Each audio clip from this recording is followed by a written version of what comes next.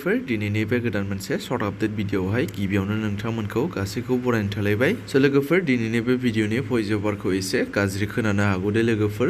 दिनै गोबां अखा हागासिनो दङ नालाय बेफोरखौ इगनर खालामोब्लानो जाबाय। लोगोफोर बे भिडिअनि गेजेरजों आं नोंथांमोननि सिगाङाव लानानै फैलायबाय बर'नि मोननै गोदानै फैनो गोनां मिउजिक भिडिअनि सायाव सुंद' आपडेट लानानै। नोंथांमोना बे मिउजिक भिडिअफोरा मा बेफोरखौ मिथिनो थाखाय भिडिअखौ जोबजासिम नायलांदो।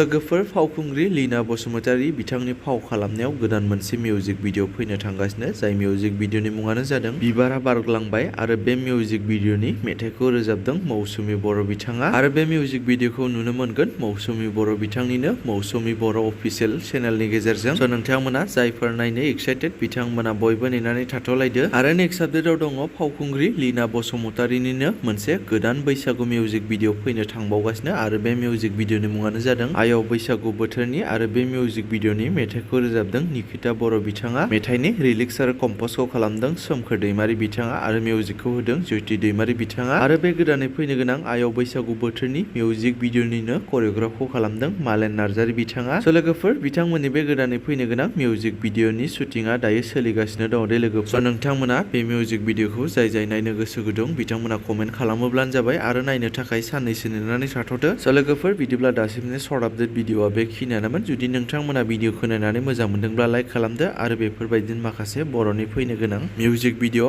आरो बर' सावथुनफोरनि बागै बेफोरबायदिनो आपडेटखौ मोननो थाखाय चेनेलखौ साबस्क्राइब खालामनानै खाथिनि बेल आइकनखौबो अल प्रेस खालामना लायोब्लानो जाबाय।